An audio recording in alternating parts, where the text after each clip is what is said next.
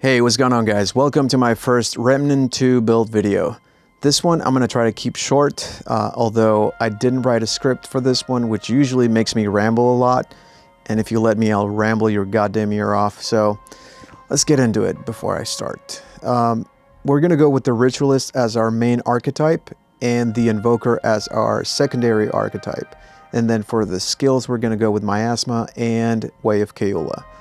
This lets us apply 4 status effects over here, and then elemental damage over here. Actually, a 5th status effect here with Drenched, and the elemental damage Shock. It's important to note that some of the stuff we're using has status effect damage, and some of the stuff has elemental damage. They're basically similar, but not the same. So elemental damage is the initial instance of damage. So let's say fire. So you can do fire damage, which is elemental, and then if you make that proc, it'll proc a status effect. So if you apply enough fire, you'll apply the burning status effect, which is damage over time.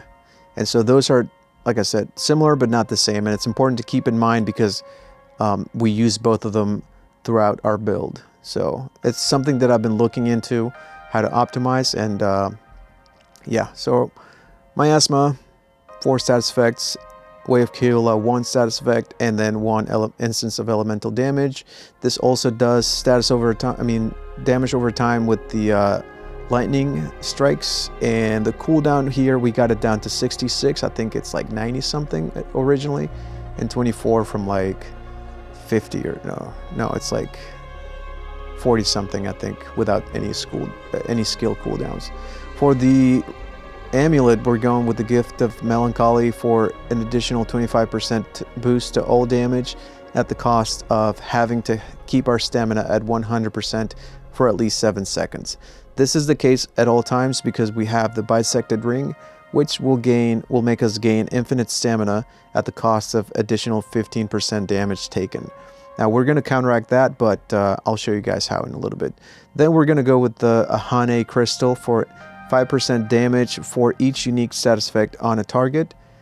And like I said, we're applying status effects with our skills. Our skills are going to be the main source of damage for us, so we want to get as many status effects as possible and as many cooldowns as we can, right? Then for the 3rd ring, we're going to go with the Burden of the Stargazer. This reduces cooldowns by 15% at the cost of 15% health every time we activate a skill. We're also going to counteract that, and I'll show you guys how in a little bit. Then the 4th ring, I like the Lighthouse Keeper's Ring, although I do have a few other recommendations. This one is nice for mods. It gives us 4 mod power per second for each entity within 15 meters suffering from a negative status effect, and it caps out at 5 stacks. The other recommendations I have are the Black Pawn Stamp for 10% skill cooldowns, the Kinetic Cycle Stone for mod and skill cast speed. This one is just nice, mostly because of Way of Keola. Sometimes it takes a little bit too long to get off. Then we have the Shadow of Misery, which increases status effect damage by 20%. I do believe this one was buffed recently in one of the latest patches. I think it was 15, so that's nice that it got buffed, or I could be wrong. But then we have the Floodlit Diamond for more weak spot damage, and it's 12%, and the bonus is doubled when we have Exposed going on, which we do with our main gun, but we'll get into that later. Those are my main recommendations for alternatives to the Lighthouse Keeper's Ring. But yeah, that would be the one slot that I would say you could kind of go with whatever you want. But those are the recommendations for synergy. As for the armor, we're going with the Red Prince armor. This one is a medium heavy armor, and unfortunately it does put us into the heavy or like slow roll category, but we're counteracting that with the Concoction. I didn't really used to use concoctions before, but this is the new one that came out with the new DLC, and it's super useful because you can still get, you get access to the medium roll with this without having to sacrifice any other part of your build. You don't have to use a ring or like traits in order to have a good armor that gives you some decent damage reduction, but makes you heavier and roll slower. But let's take a look at our Relic. We have the Tormented Heart. I just like that it has the innate 25% use speed, and that it basically, it's an explosion every time you use it, and it damages enemies, and it also heals you for 20% of the damage dealt, which is 100% of the time, or 99% of the time, it's going to be a full heal. And then the Relic Fragments that we're going with is Mythic Casting Speed. Like I said before, we're trying to make the Way of Keula cast a little bit faster, and it's nice to have for everything else. And then Elemental Damage, and then Skill Cooldowns, because like I said, we're focusing on skill cooldowns as well. Elemental Damage, I would say, is the one that you can switch out. I would recommend damage reduction or health. Let's take a look at our weapons. We're going with the Monolith, which is another new weapon from the DLC. Basically, it's a sandstorm that does elemental damage per second, and it also applies exposed. This one I love to use with Maelstrom, the Mutator, because it increases elemental damage for each unique status effect damage on the enemy. And at level 10, it increases mod power generation for elemental and status effect damage by 20%. For the melee, this is a shooting game, but I actually love using this. I love the Atom Splitter. I like the look of it, and I like the the modifier. The Fission Strike, which basically lets you have this wave of energy, like that. It's basically a ranged attack. I like the moveset, and if you hit an enemy 3 times, it charges. With the Shocker Mutator, it empowers the weapon after 3 hits, and then it'll apply shock damage. And at level 10, it'll let you apply Overloaded, which also does damage over time. So it ticks a few times during the span of 10 seconds. And this is actually super useful for dungeons because of the Vial perk. It'll ripple out, right? So you'll see, if you use this in a dungeon, you'll see it basically take out everyone around you with shock damage. And it's cool to see, because you'll get to the next room, or like 2 rooms over, and everyone's dead. Then we have the Tech 22 handgun, which I like to use with defrag and pressure point, and I'll explain why in a little bit. But this one, I would say, is the one that you can kind of go with whatever you like. I just like the way this feels and the speed of it, but it doesn't do a lot of damage. So if you want to go with a different weapon, as long as you can slap a mod on it and it doesn't have a preset one, then you're good to go. Because I do think that this is a good addition, because of the defrag. Basically it applies another status effect, which is fragmented, and if you kill enemies that have been fragmented, then it leaves this little orb that's a glitch, and if you pick up the orb, it'll give you a 20% damage boost. And also, if you shoot it, it'll basically create an AoE that deals damage over time. The mod power requirement is actually quite high, but we're going to use that to our advantage with the Mutator, which is, it's 1500 mod power requirement.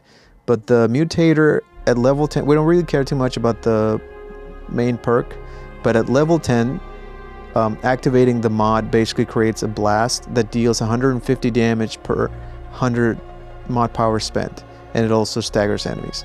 But this one, because of the mod power is so high, I usually see it hit for like 3k, sometimes 4k. Of course, the number changes, because sometimes your enemies are taking more damage because of the status effects and everything else that's going on. So it's not always a set amount. Sometimes it can be quite high. And it's just a nice get out of jail free card. I keep this usually for emergencies, so I don't use this all the time. You could be tactical about it, which I do like to do that sometimes. If there's a room with a lot of smaller enemies, you can just apply the status effect and then pick up all the glitches, and then keep having that 20% damage boost. But also you can use it to finish off bosses, or like a get off me switch. So if you're surrounded and everything is on cooldown and you have nothing to fight with, you can just use that explosion, and then it'll basically clear everyone around you. So it's just super nice to have. that's it, I think, as far as the build goes. I do have another tip for you guys, which is, so you'll see that the concoction that we're using, so it lasts for 60 minutes and it persists on death, right? But if you switch your archetype to Alchemist, and if you switch your, not that, this one, if you switch one of your relic fragments to consumable duration, we go back, and now we increase that uptime to 132 minutes. So it's 120% longer that we get to have this. So that's just a good tip that you can also just switch back once you've used the consumable, and it'll stay active for the extended period, right? So you'll still have it for 132 minutes, even if you don't keep the archetype and the relic fragment. So that's just a neat little tip for you guys. As far as the traits, we have Affliction and Gifted by default because of our archetypes, Status Effect Duration, and Skill Duration. Then we have Swiftness because I cannot play without this. Just, it makes such a big difference to be able to move a little bit faster. For combat, for traversal, for everything, is super useful. 45 is kind of a no-brainer. You know, more, who doesn't want more armor effectiveness? 50%. Then we have Vigor for more health. Then Spirit for mod power generation. We have Expertise for skill cooldowns. Bark Skin for damage reduction. Amplitude, which is absolutely necessary for this build. I mean, not that the other ones aren't, but this one, you absolutely have to have this.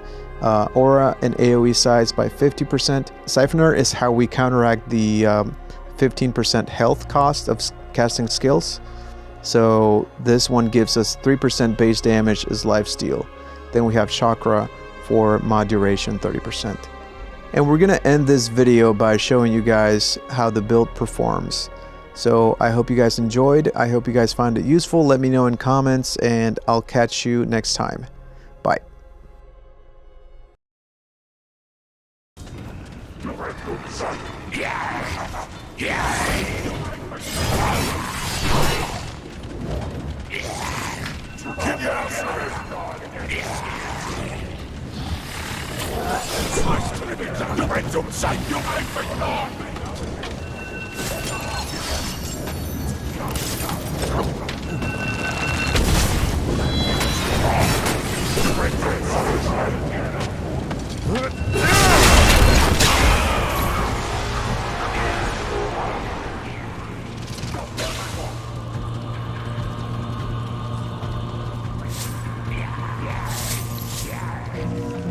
I've got enough of that.